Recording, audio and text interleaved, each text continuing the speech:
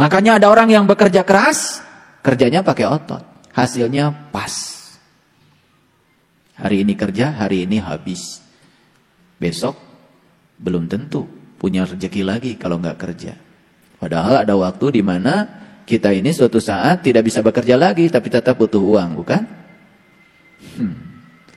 Nah, orang yang berpikir cerdas, mulai naik dari bekerja keras pakai otot, naik ke tingkat bekerja cerdas pakai intelek.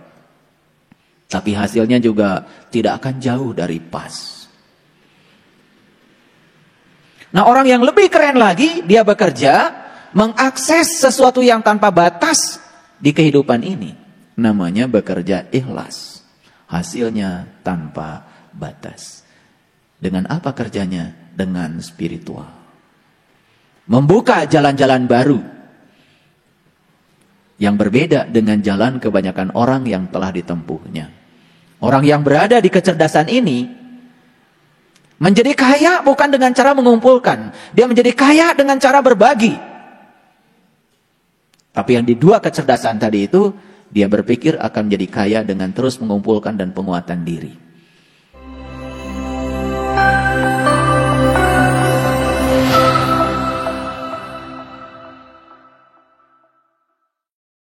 Siapa manusia paripurna itu? Manusia paripurna dirumuskan dalam kearifan lokalnya orang Jawa Barat dengan 6 terminologi lokalnya orang Jawa Barat. Yang pertama, manusia paripurna itu yang sudah berhasil nulung kanu butuh. Ada yang butuh ilmu, ada yang butuh layanan kesehatan, ada yang butuh layanan teknologi informasi, ada yang butuh layanan psikologi, ada yang butuh layanan fotografi, ada yang butuh layanan spiritual. Silahkan. Nulung kanu butuh, awas. Bukan berarti orang yang butuh itu orang yang susah. Karena di semesta ini kita saling membutuhkan. Kita membangun rumah, harus ada toko material. Setelah selesai bikin rumah, harus ada toko furniture. Meletakkan kursi supaya nyaman, kelihatan bagus, harus ada ahli tata ruang. Supaya baju kita bagus, supaya bagus, kelihatannya keren, harus ada ahli tata busana. Banyak sekali peran-peran di semesta ini. Dan siapapun yang berperan di semesta raya ini, dia sudah menunaikan tugas kemanusiaan di semesta raya ini. Itu nulung kanu butuh. Silahkan kita mau berprofesi sebagai apa. Sekecil apapun peran kita di semesta ini akan menjadi peran yang mengagumkan. Kalau itu dibangun dari keikhlasan hati. Makanya ada orang yang bekerja keras, kerjanya pakai otot. Hasilnya pas.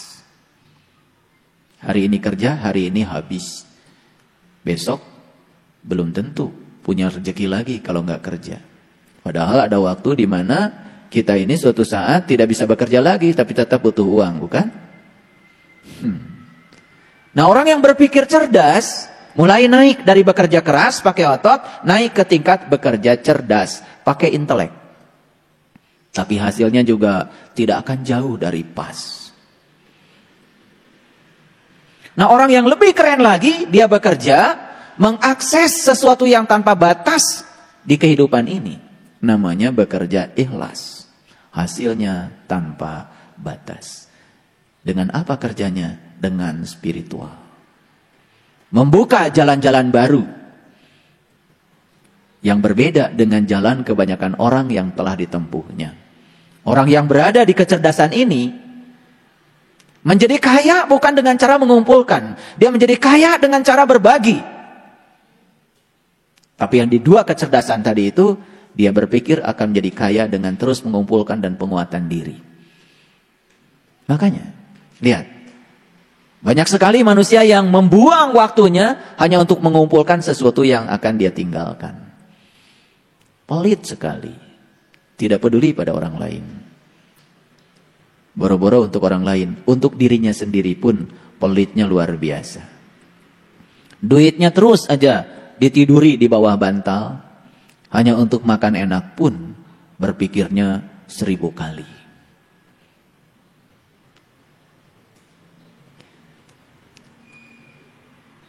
Yang kedua, manusia paripurna itu adalah nalang kanu susah.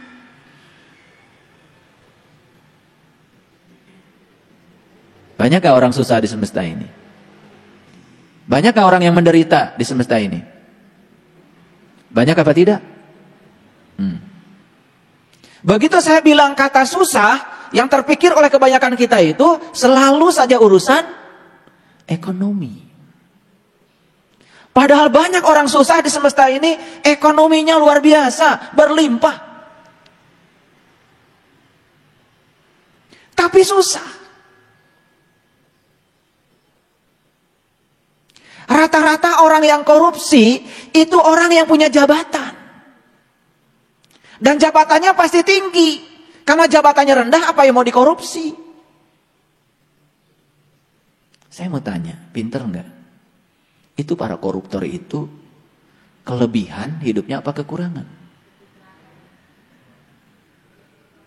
Kelebihan apa kekurangan? Masih nyuri berarti kekurangan. Kekurangan harta atau perasaannya saja yang kekurangan? Perasaannya. Hartanya banyak, rumahnya ngajengleng, mobilnya banyak, jabatannya tinggi. Tapi masih saja mencuri, berarti dia masih merasa kekurangan. Itu orang susah apa tidak? Susah apa tidak? Susah. Kalau cerita orang susah gak punya duit, itu sudah selesai itu. Saya sekarang sedang cerita orang susah, tetapi kelihatan seperti tidak susah. Pura-pura aja tidak susah, padahal susah. Paham maksud saya? Kita harus nalang kanu susah. Ayo, saya ngajak kalian semua. Berani gak nalang kanu susah? Saya terkejut. Akhir-akhir ini saya diundang untuk coaching di kesehatan holistik. Saya terkejut. Di situ saya bertemu dengan orang-orang yang kelihatan secara duniawi gak masalah. Tapi masalahnya banyak. Susah hidupnya. Coba. Orang belum punya jabatan, susah. Meraih jabatan, susah. Setelah menjabat, tambah susah. Karena dia takut kehilangan yang sudah dia capai. Lihat tuh mereka. Bekerja keras untuk mempertahankan agar dia ada di jabatan itu. Karena setiap jabatan ada berkah jabatan. Dia takut kehilangan berkahnya. Susah apa tidak? Susah. Ini saya bukan nih pemikirannya. Karena lihat orang susah gak punya duit, biasa kan? Ini kita lihat orang susah duitnya banyak. Kita lihat orang susah sekolahnya tinggi. Lihat orang susah tidak sekolah, biasa, gak usah dibahas. Banyak yang sekolahnya tinggi-tinggi. Susah juga. Pikirannya susah, perasaannya susah. Yang diceritakan yang susah-susah. Hidupnya susah juga. Paham maksud saya? Saya tantang sekarang. Ayo, mau gak kita nolong sama orang susah itu? Ini pertolongannya luar biasa. Karena tidak cukup disantuni. Tidak cukup dikasih sumbangan. Harus dibereskan jiwanya, dibereskan pikirannya. Baru benar tuh hidupnya. Ayo, mau? Makanya saya dulu buka bengkel. Sukses saya buka bengkel. Bengkel mobil. Saya mikir, kalau saya ngurusi bengkel mobil, mau sampai kapan? Dan yang punya bengkel mobil banyak. Maka saya bikin bengkel jelema. Karena yang ini hampir tidak ada saingan. Makanya mulai bengkel saya sekarang didatangi banyak orang. Ya. Yang rusak jiwanya, yang rusak pikirannya, rusak hubungan sosialnya, ambruk tubuhnya. Mulai itu. Ini dalam rangka menjadi manusia paripurna. Yang ketiga adalah ngahudangkeun kanu sare. Membangunkan orang yang tidur. Orang yang tidur malam sedang istirahat, biarkan aja, nggak usah dibangunkan. Yang harus dibangunkan oleh kita yang sudah bangun tapi sare. Kelihatannya saja sudah bangun, tetapi dia masih tidur. Banyak yang kayak gitu. Nah, ini pekerjaannya luar biasa. Membangunkan orang yang tidur biasa gampang. Pakai air segelas aja udah bangun. Tawarin kopi apalagi. Gampang. Tetapi membangunkan orang yang merasa seakan-akan sudah bangun. Padahal dia masih tidur. Dia tidak tahu. Tapi dia tidak tahu bahwa dia tidak tahu. Sok tahu. Kalau ngomong seperti orang yang tahu. Padahal dia tidak tahu. Cuma dia tidak tahu bahwa dia tidak tahu. Tak, sasaran kita itu. Kelihatan sibuk dari pagi sampai sore. Tapi sare. Apa yang tertidur? Kesadarannya. Makan gak sadar, jalan gak sadar, ngomong gak sadar, mikir gak sadar. Hanya menyadari napas saja yang ada di dalam dirinya. Sebagai sang jantung semesta yang memberikan kehidupan pada dirinya. Itu saja tidak disadari. Sibuk saja dalam proses mengejar dan terus mengejar. Diburu oleh waktu. Makanya mereka yang terus hidupnya diburu oleh waktu akan dilindas oleh roda zaman. Terus saja dilanda rasa tidak puas dalam hidupnya. Tidak pernah bersyukur. Kerjanya cuma meminta dan meminta. Dan orang yang masih meminta dan terus meminta itu tanda bahwa dirinya belum merasa diberi. Cuman karena memintanya habis sholat kan kelihatan soleh. Namanya doa. Bisa berjam-jam tuh kalian kalau minta sama Allah. Dikiranya doa itu adalah permintaan. Padahal doa itu adalah ajakan, undangan. Allah itu hanya perlu diundang saja. Nikmati, syukuri kehadirannya. Kehadirannya saja sudah cukup membuat proses penciptaan terjadi. Kehadirannya sudah cukup membuat yang tadinya mustahil menjadi tidak mustahil. Cukup kehadirannya saja. Itulah. Yang keempat, nyaangan kanu poeken. Menerangi orang yang kegelapan. Nah, ini pekerjaan lebih berat lagi.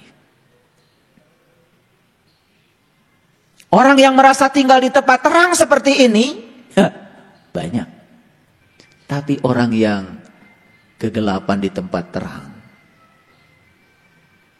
lebih banyak lagi. Gelap. Dan ciri orang yang masih tinggal dalam kegelapan, biasanya salah proyeksi, salah persepsi. Coba lihat sekarang. Kalau kita memperhatikan kehidupan sekarang, yang ini menghujat sini, yang ini menghujat sini, yang ini merasa paling benar, yang ini merasa paling berhak menghukumi orang. Itulah, semua tinggal dalam kegelapan. Ayo, mau membaktikan diri menjadi lampu yang terang benderang, yang bisa membebaskan kegelapan. Karena kegelapan itu sebetulnya ketiadaan cahaya saja. Kalau ada cahaya, hilang tuh kegelapan. Mau menghadirkan cahaya? Bagaimana kita bisa menghadirkan cahaya untuk orang lain kalau kita belum bercahaya? Ayo cahayakan diri kita dulu. Cahayakan diri kita. Tidak usah pidato. Orang-orang yang bercahaya itu pasti dimanapun akan bisa membebaskan kegelapan. Dan orang-orang yang gelap kemanapun pergi, menambah kegelapan. Dan lucunya ini sekarang, banyak para penyumbang kegelapan, tapi merasa dia sedang membagikan cahaya. Kemana-mana menebarkan kebencian, perpecahan, fitnah, hoax. Tapi merasa seakan-akan dia sedang membagikan cahaya. Padahal energinya terasa banget. Orang yang di level itu, apa aja salah. Bagi dia, apa saja salah. Itulah kedangkalan. Yang kelima adalah nepak kanu poho. Wah, ini kerjaan lebih berat lagi. Nepak kanu poho itu berarti mengingatkan orang yang lupa. Lupa apa? Sekarang ini persoalan manusia yang paling besar adalah lupa pada jati dirinya sendiri. Lupa asal muasalnya sendiri. Lupa pada tujuan dia mau kemana. Lupa pada perannya di semesta buat apa. Banyak yang kayak gitu. Dan yang terakhir adalah nganterkan keeng. Mengantarkan orang yang ketakutan. Problematika manusia zaman sekarang adalah takut menghadapi kehidupan sekaligus takut menghadapi kematian.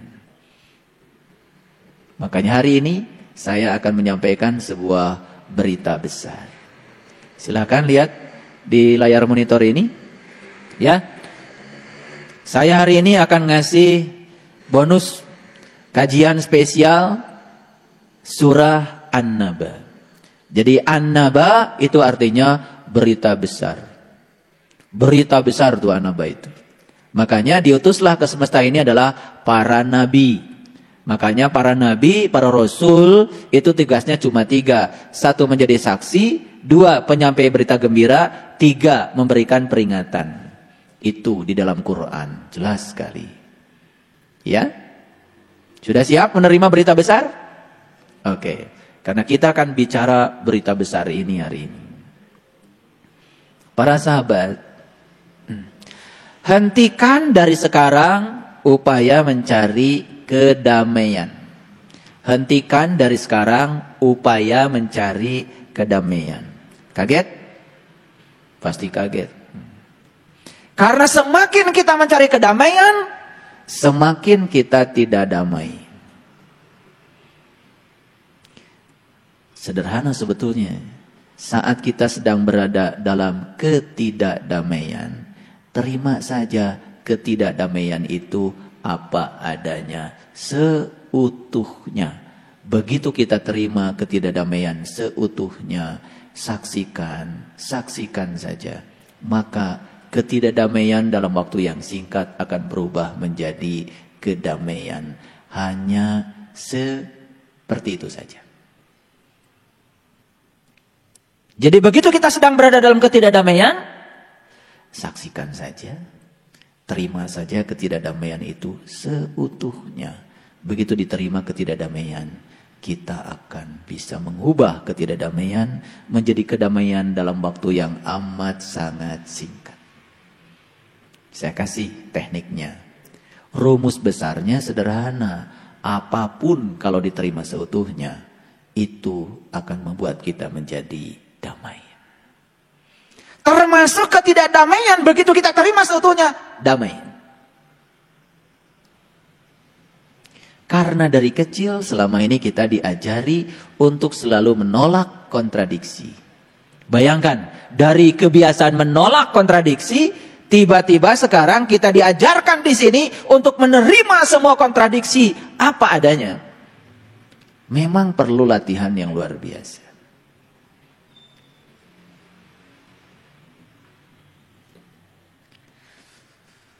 Mencari keadaan lain di luar yang ada di hadapan kita.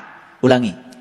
Mencari keadaan lain yang di luar yang sedang kita hadapi. Bukankah itu akan menimbulkan konflik pada diri kita? Itulah yang sering tidak disadari. Kita sering hidup dengan apa yang seharusnya. Bukan hidup dengan apa yang ada. Adanya begini, kita mencari keadaan lain di luar itu. Apa yang akan terjadi? Ketidakdamaian langsung hadir. Karena kita sedang mencari sesuatu yang tidak ada. Dan kita sedang menolak sesuatu yang jelas-jelas ada bersama dengan kita. Kan sebetulnya sesederhana itu. Ya, konflik diri yang sering dibangun oleh kita. Begitu konflik diri itu merekah dalam diri, konflik dengan orang lain pun menjadi menyebar. Itu. Makanya ada manusia di semesta ini, aneh ya, senang sekali menjadi manusia sebagai sumber konflik. Dan manusia yang menjadi sumber konflik sebetulnya karena dia masih konflik dengan dirinya sendiri. Kapan konflik dengan diri sendiri terjadi? Tepat saat kita tidak mampu mengendalikan pikiran kita sendiri. Kapan konflik dengan orang lain terjadi? Tepat saat kita tidak mampu mengendalikan mulut kita. Dan kapan orang tidak bisa mengendalikan mulutnya? Tepat saat pikirannya masih liar. Orang yang liar pikirannya, pasti mulutnya liar. Dan orang yang mulutnya liar pasti banyak konflik dengan orang lain. Betul? Iya. Akhirnya berurusan dengan hukum dan lain sebagainya. Gitu. Ulangi rumus besarnya. Apapun kalau diterima seutuhnya akan terasa damai. Ayo coba, praktekan. Pasangan hidup kita terima saja seutuhnya. Kelebihannya, kekurangannya, langsung damai. Begitu terima kelebihannya, tolak habis-habis kekurangannya, langsung konflik dengan diri sendiri. Betul? Siapa pencipta ketidakdamaian? Jadi kalau ingin damai, caranya sederhana. Terima saja ketidakdamaian apa adanya, langsung damai kok. Ada yang konflik dengan anak, karena anak ingin jadi apa? Karena anak ingin menjadi siapa menurut versinya dia. Bapaknya dokter, anaknya harus jadi dokter, padahal anaknya takut darah. Bukankah sedang menimbulkan konflik? Tidak bisa menerima kenyataan anak apa adanya. Anaknya itu senang musik, bapaknya dokter, bapaknya ingin anaknya menjadi dokter. Padahal aslinya itu anak sebetulnya pemusik. Makanya di sekolah kan di kedokteran kelihatan jadi idiot. Karena jeniusnya dia memang main musik. Itu sama saja ikan disuruh memanjat pohon. Kan kelihatan idiot. Padahal jeniusnya ikan memang berenang. Jadi jeniusnya dia nggak kelihatan. Karena dia sedang dibangun menjadi orang lain. Konflik nggak? Kenapa? Kita tidak bisa menerima kenyataan anak kita tidak suka belajar biologi, dipaksa untuk menjadi dokter. Anak kita kerjanya senangnya masak di dapur, dipaksa jadi tentara.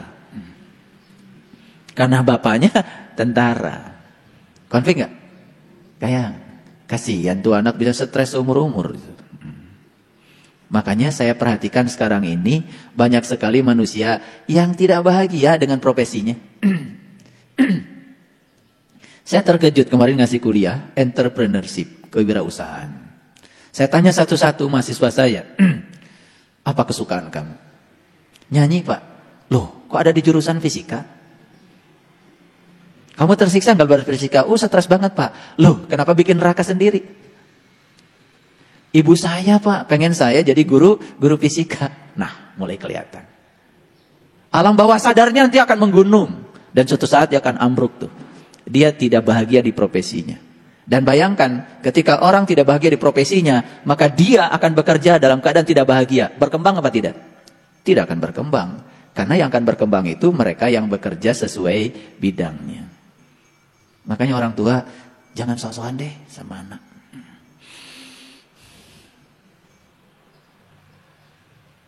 Ya, ini kelihatan sepele ya, tapi saya bahas supaya banyak yang dengar. Semoga sadar. Anak kita tuh tamu agung yang diutus ke semesta untuk menjadi dirinya sendiri. Dalam sebuah kajian kemarin, mohon maaf, ada seorang guru. Saya tanya, sudah berapa lama jadi guru? Oh sudah lama ayah. Apa sih guru itu? Bingung. Nggak tahu guru itu apa. Padahal gu itu artinya adalah gelap, ru itu artinya cahaya. Guru orang yang memindahkan orang yang gelap kepada cahaya dengan cara menghadirkan cahaya. Lalu saya tanya lagi, di sekolah siapa guru? Dan semua orang mengatakan guru di sekolah ada mereka yang mengajar. Bukan, guru di sekolah adalah siswa. Murid-murid kita lah sebetulnya guru kita yang sebenarnya. Karena kita belajar kebijaksanaan lewat murid, belajar kreativitas lewat murid, belajar sabar lewat murid, belajar pintar dari murid. Betul nggak? Coba.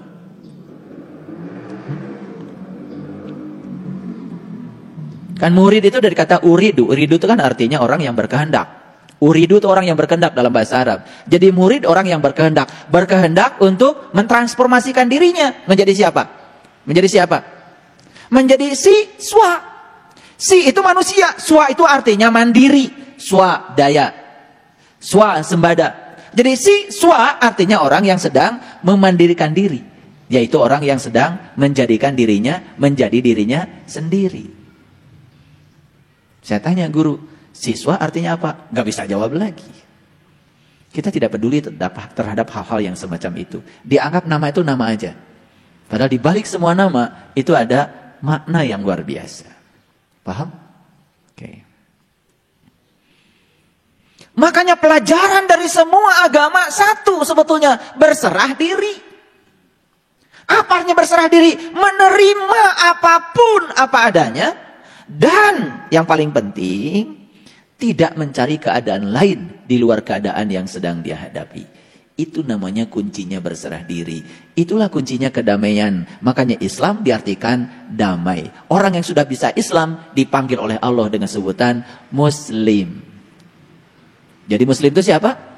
Orang yang sudah bisa damai. Damai dengan dirinya sendiri, sudah tidak ada konflik dengan dirinya sendiri, dan pasti dia akan damai dengan orang lain. Tapi sebutan Muslim selama ini, mohon maaf, didangkalkan oleh kita sendiri hanya untuk menyebut orang yang mengaku beragama tertentu. Didangkalkan tuh. Coba kalau saya tanya, mana yang paling tinggi derajatnya? Mukmin, mutakin, Muslim.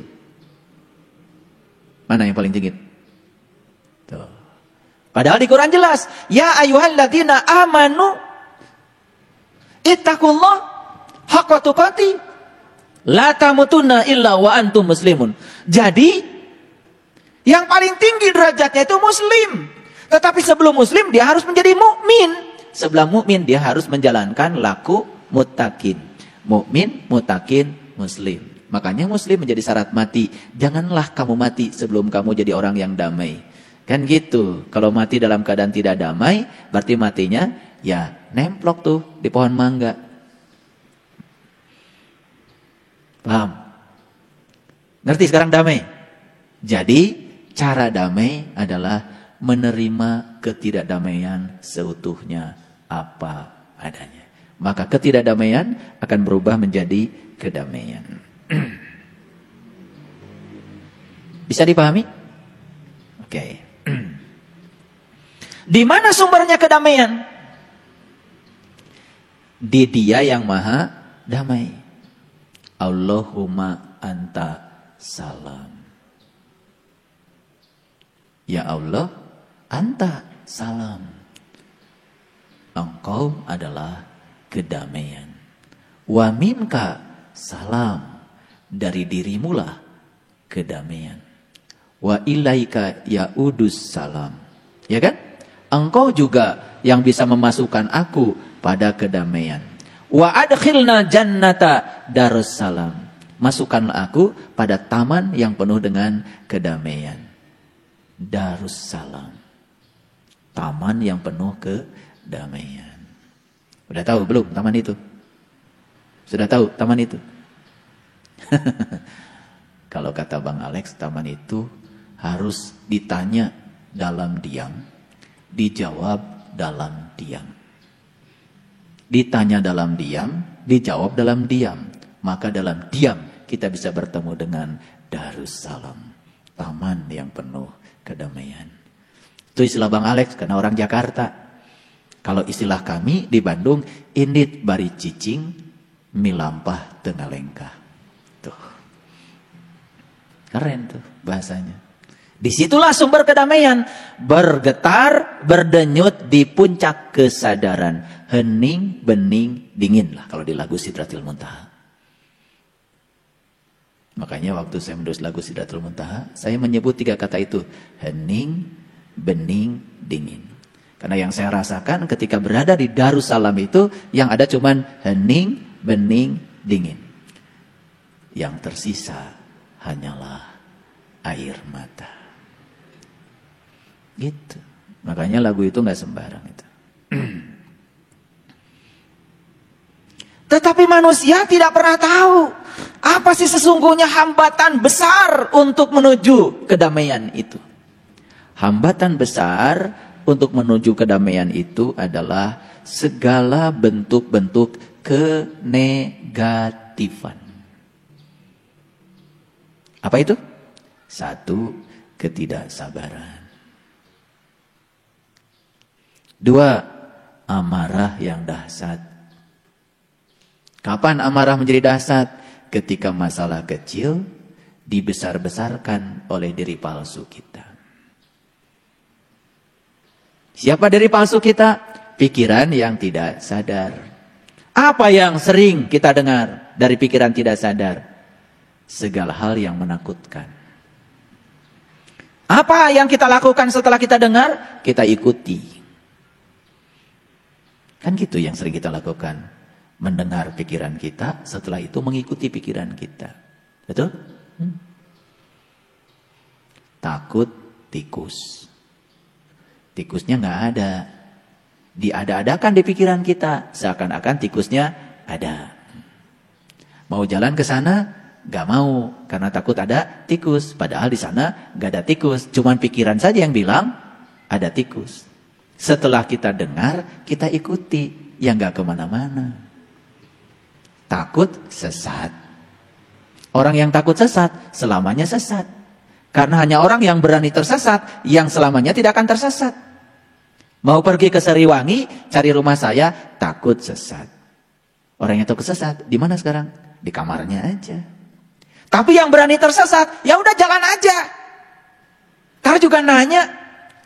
Kan ada peribahasa. Malu bertanya, sesat. Ya sesat di Sariwangi.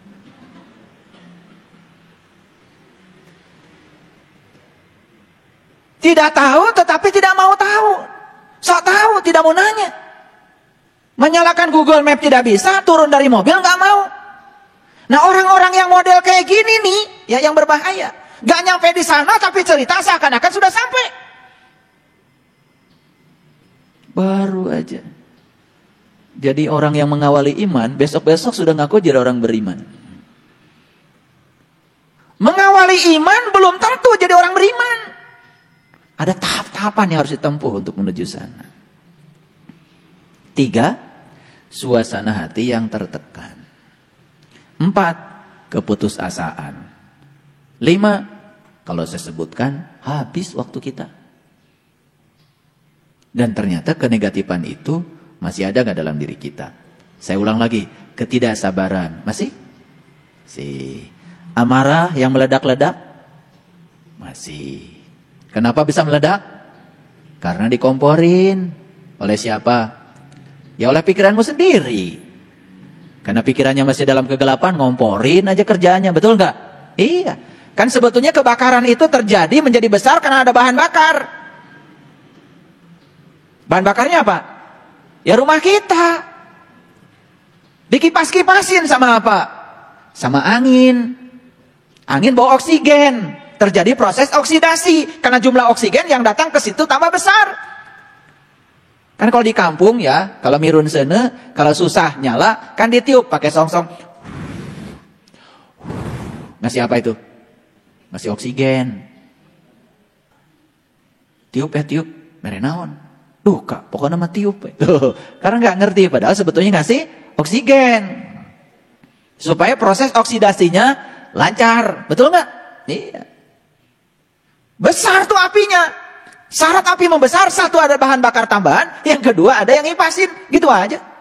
Makanya sate kalau dikipasin kan matangnya cepet. Bakar ikan pakai ya kipas angin, cepet tuh matangnya. Betul apa tidak? Gitu. Jadi bagi orang yang tidak sadar, masalah kecil pun akan terasa sangat besar. Lihat ya, kata-kata saya, dengarkan. Jadi kalau hari ini kita memandang masalah kecil menjadi besar, tanda kita belum sadar. Orang yang sadar, bahkan masalah besar pun terasa kecil, bahkan tidak terasa sebagai masalah. Gitu aja. Gak usah nanya. Ayah, apa ciri orang sadar? Nah, sekarang saya jawab, ciri orang sadar itu masalah besar pun terasa bukan masalah. Lihat. Kalian tuh masalahnya banyak, saya tahu itu, ya. Tetapi sebesar apapun terasa tidak ada masalah. Menjalani kehidupan ya sudah saja, nerima saja apa adanya, itu berserah diri namanya. Kan keren. Nah, perhatikan saya. Semua yang saya sebut tadi itu, Ketidaksabaran, amarah yang meledak-ledak, suasana hati yang selalu tertekan karena kita kadang-kadang melakukan sesuatu tidak senang, karena kita memerankan sesuatu tidak sesuai dengan personal genius zone kita. Muncullah keputusasaan. Berikutnya apa? Semua ini akan memicu yang bernama substansi kepedihan emosi. Jadi di dalam alam bawah sadar kita ini sudah ada sebuah tubuh baru, namanya substansi kepedihan emosi, yang dibangun secara terus-menerus dalam waktu yang panjang. Nah, itu terpicu tuh oleh kenegatifan tadi. Begitu terpicu, itu yang menyebabkan hal kecil pun terasa menjadi besar. Apa yang berikutnya terjadi? Akan terjadi kebangkitan kenegatifan yang lebih hebat. Apa berikutnya lagi? Maka ketika bangkitnya kenegatifan yang lebih hebat, ego dalam diri kita akan memanipulasi realitas. Jadi realitas yang sebenarnya dimanipulasi oleh ego. Masalah yang kecil pun menjadi besar karena ego sedang memanipulasi. Suka kan kalian begitu? Betul nggak? Iya. Anak mengalami kecelakaan. Sebetulnya biasa saja, anaknya juga ketawa-ketawa. Tetapi kemudian ya ego itu mulai memanipulasi realitas. Jadi seakan-akan realitasnya itu lebih dahsyat dari itu. Apa yang terjadi? Ruwet kan masalah? Betul nggak? Ruwet. Karena begitu kita tidak tenang, kita sudah menyumbang masalah baru 300%. Begitu kita tenang, kita sudah menyelesaikan masalah 50%. Makanya itulah pentingnya tenang saja. Tenang. Kenapa sih? Seneng banget itu. Ewu pakai ewu. Begitu kita senang memanipulasi realitas dengan ego kita, apa yang terjadi? Akan menghentikan kemunculan semua hal yang kita ingin. Dan yang akan muncul dalam hidup semua hal yang tidak kita ingin. Itu. Kalau sudah cerita perjalanan, apalagi jalannya macet, dan macetnya luar biasa. Dibesar-besarkan realitasnya, dimanipulasi dengan egonya. Supaya orang bersimpati pada dia, kalau perjalanan dia menuju tempat itu susah payah. Apa yang terjadi? Dia sedang menceritakan hal yang dia tidak ingin. Dan saat itu dia sedang menghentikan kemunculan segala hal yang dia ingin. Itulah doa dia yang tidak dirasakan. Makanya yang tidak dia ingin dalam hidup berulang-ulang terjadi. Saya lagi duduk di Jelekong tuh, di kolam. Datang tuh rombongan belakangan. Yang datang terlambat. Saya udah tahu terlambat. Makanya saya nggak mau dengar ceritanya. Yang penting kan kamu sekarang sudah ada di sini, udah makan. Kalau saya nggak ngomong gitu kan maunya cerita perjalanan dia semua. Buat apa? Yang penting kamu sudah ada di sini. Cerita mobil nyungsep ke? Cerita nelpon susah ke? Kan semua tidak diinginkan. Apalagi ditambah lagi. Si ego sedang memanipulasi realitas. Yang terjadi apa? Yang terjadi seakan-akan perjalanan dia tuh, wah luar biasa. Pengennya kan digituin sama saya. Makanya begitu mau ngomong langsung, udah yang penting kamu udah sampai sini, makan. Sesederhana itu cara saya menterapi. Tapi banyak yang tidak mengerti. Pengennya didengar. Kalau saya dengar kamu, saya lagi mancing nih. Terganggu. Padahal sebetulnya itu adalah trik saya aja gitu. Buat apa? Makanya kita kalau tanya orang datang, jam sabaraha tadi itu? Ditanya jam sabaraha. Mau menggambarkan apa? Mau menggambarkan, perjalanannya luar biasa begitu? Gak usah. Yang penting sekarang sudah ada di sini, silahkan makan. Gitu aja. Kan begitu makan, lupakan semua yang tadi. Kan itu jadi doa. Kan yang diinginkan makan, kenapa yang diinginkan tidak langsung dilakukan? Malah cerita yang tidak diinginkan. Itulah ketika ego memanipulasi realitas. Hati-hati para sahabat.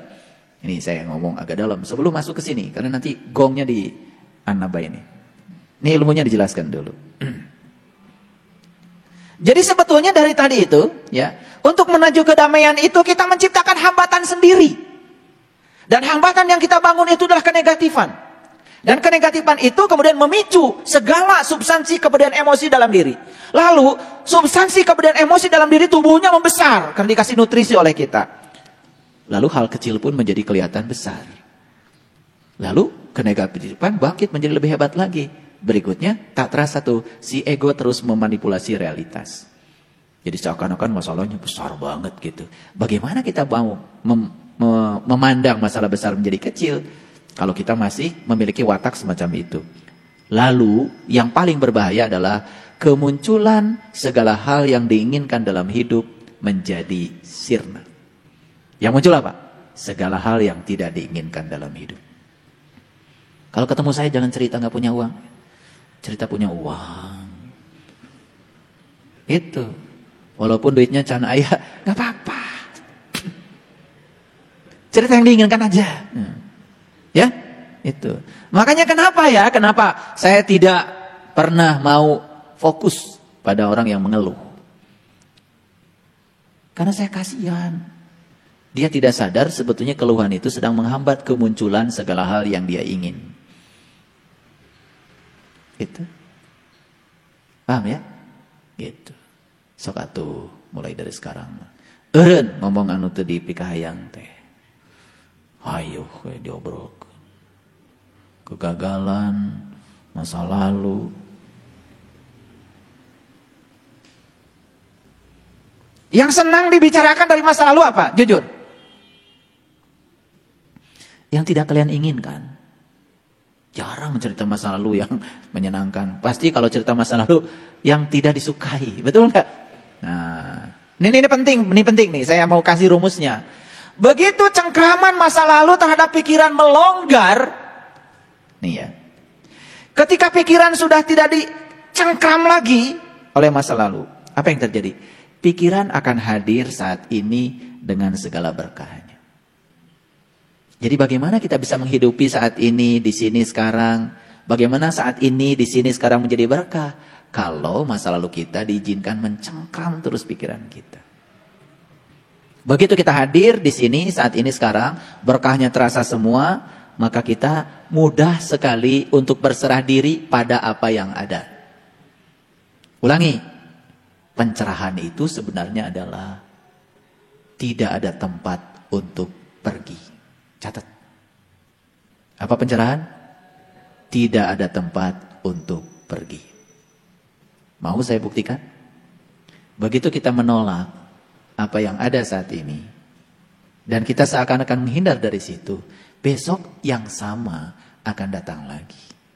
Besok yang sama akan, lusa yang sama akan lagi. Jadi tidak ada tempat untuk pergi. Itu pencerahan. Begitu, gak ada tempat untuk pergi. Sudah, saya berserah saja pada yang ada. Saya tidak memikirkan jalan lain di luar jalan yang ada di depan saya. Langsung tercerahkan. Itulah sumbernya kedamaian. Begitu kita sudah berserah diri pada yang ada, mulai kita bisa melihat dunia keberadaan di sekitar kita menjadi terbuka. Begitu kita sudah bisa melihat dunia keberadaan yang sudah terbuka, keheningan mendalam dalam diri akan muncul. Akan muncul keheningan yang mendalam. Dan kita tidak tahu kenapa, dari mana keheningan itu. Pokoknya hening aja, keheningan itu akan muncul. Begitu keheningan sudah muncul, rasa damai mulai terbit. Begitu rasa damai terbit dari dalam, sukacita yang besar muncul. Begitu sukacita besar yang muncul dari dalam, kasih dalam diri muncul. Begitu kasih sudah muncul, kita akan melihat yang kudus, yang tak terbatas. Itulah dia dalam diri kita. Maka kita akan melihat kemanapun kita malingkan wajah, yang kita lihat cuma dia saja. Keren gak kalau begitu? Keren gak kalau hidup kayak gitu? Iya, ayo keren jadi. Udah ngaji dengan saya, gak keren-keren. COVID itu. Itu frekuensinya sudah diukur. Ya. Makanya segala sesuatu kalau dilihat dari sisi energi, frekuensi dan vibrasi, semua itu menjadi jelas. COVID itu ternyata energi. Walaupun kelihatannya materi, virus, tetapi aslinya energi sebetulnya. Itu bisa diukur tuh. Ilmuwan sudah ngukur tuh. COVID itu ternyata frekuensinya itu 5,5 Hz sampai 25,5 Hz. Itu rentang frekuensinya COVID itu. Omikron semacam itu 5,5 Hz sampai 25,5 Hz. Gimana caranya? Kalau kita tidak mau terkena COVID, jangan bermain di frekuensi itu.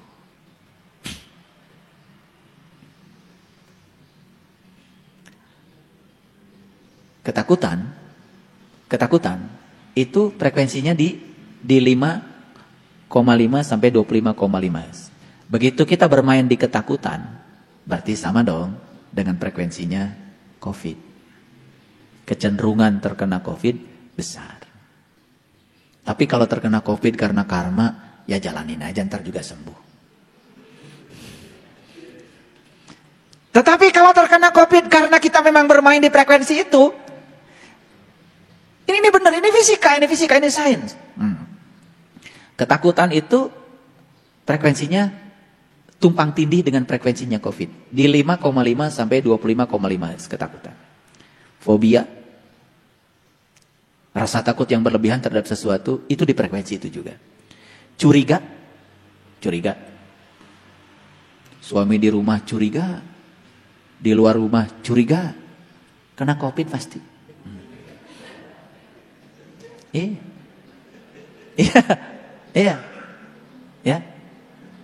Suami main HP, nunduk sedikit, curiga. Tengadah, curiga. Tidur-tiduran, curiga. Gimana gitu?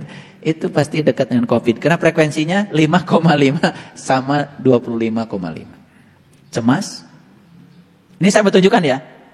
Frekuensi kita, anatomi emosi kita yang frekuensinya sama dengan frekuensi COVID. Itu. Stres. Segala di pikiran. Cemburu. Nah itu makanya kalau orang kena COVID pasti cemburu itu. Kalian boleh tertawa tapi ini sains. Ini hasil riset loh. Riset ini. Saya ilmuwan bukan ngomong sembarangan. Saya kalau ngomong pakai data ini udah dari WHO ini. Saya belum pernah ngukur COVID itu frekuensinya segitu. Tapi WHO udah ngukur. Dan ini sudah dipublish ya dalam jurnal-jurnal yang terakreditasi. Benci. Nah, itu. Begitu benci, nah, kena COVID itu. Serakah. Ini nih daftar kenegatifan yang frekuensinya di situ. Ini penting nih supaya tahu. Ternyata penularan COVID itu bukan sekedar droplet. Cemburu terus kena itu. Serakah COVID. Kemelekatan COVID. Yang pelit-pelit itu nyumbang BSI Peduli itu melekat itu. Ini bukan doa. Ini frekuensi.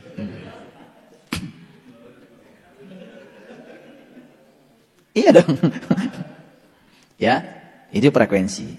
Nah makanya tempat-tempat yang getaran frekuensinya rendah di bumi ini dua yang paling harus kita tahu.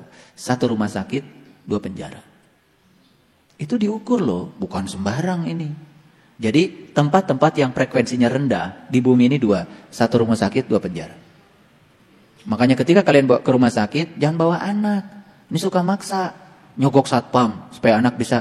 Itu nggak benar itu. Karena rumah sakit itu frekuensinya rendah. Kan di rumah sakit itu coba, bagaimana nggak rendah? 1, ada orang yang sedang aduh. Nah, aduh berapa frekuensinya? Ini ada ya. Ternyata aduh itu diukur frekuensinya itu 0,1 Hz sampai 2 Hz. Itu sudah di bawah COVID. COVID kan tadi 5,5 sampai 25,5 Hz. Aduh, itu 0,1 sampai 2 Hz itu. Aduh. Dan di rumah sakit yang gitu banyak, ya. Takut nggak bisa bayar rumah sakit. Nah, berapa frekuensinya nih? Ada nih ukurannya. Itu 0,2 sampai 2,2 Hz. Nyagerin, nyasian tapi bisa bayar coba. Turun itu frekuensi.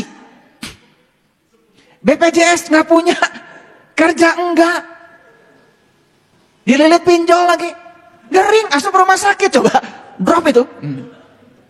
Lihat wajah-wajah di rumah sakit. Makanya hati-hati itu ketika Anda bergerak. Ini sains ya, jangan ketawa kalian. Ya, itu. Ya. Nah, itu. Kalau saya bahas sih kebanyakan ini.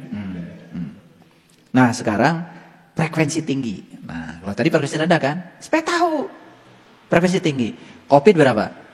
5,5 sampai 25,5 Hz. Itu frekuensinya. Kedermawanan. Rasa ingin berbagi. Itu ternyata diukur oleh ilmuwan 95 Hz. Jauh di atas 25,5. Hayang nate mere.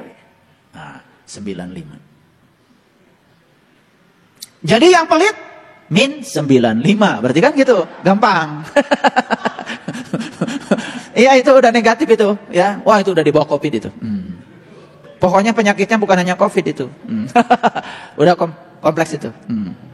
Syukur bisa menerima semua kenyataan apa adanya, tidak mencari jalan lain, dan tahu bahwa tidak ada tempat untuk pergi kecuali nerima saja. Itu 150 Hz. Compassion itu cinta kasih. Belas kasih. Kalau belas kasih itu ya, bedanya dengan cinta kasih. Kalau cinta kasih itu berbuat kebaikan, dia pun sebetulnya tidak menderita dengan kebaikan yang dia lakukan. Kalau compassion itu belas kasih, dia melakukan kebaikan pada orang sampai dia menderita. Belas kasih itu compassion, itu di atas 150 itu. Rela menderita untuk orang lain. Udah gitu gak kalian? Dari wajah-wajahnya sih belum ini. Ini banyakan nih wajahnya 5,5 sampai 25,5 ini. Enggak lah, masa udah belajar spiritual di bawah 95? Ya, itu. Cinta tanpa syarat. Nih, cinta tanpa syarat. Jadi suami pulang cinta. Jadi Bang Toyib tetap cinta. Ini udah 205 nih.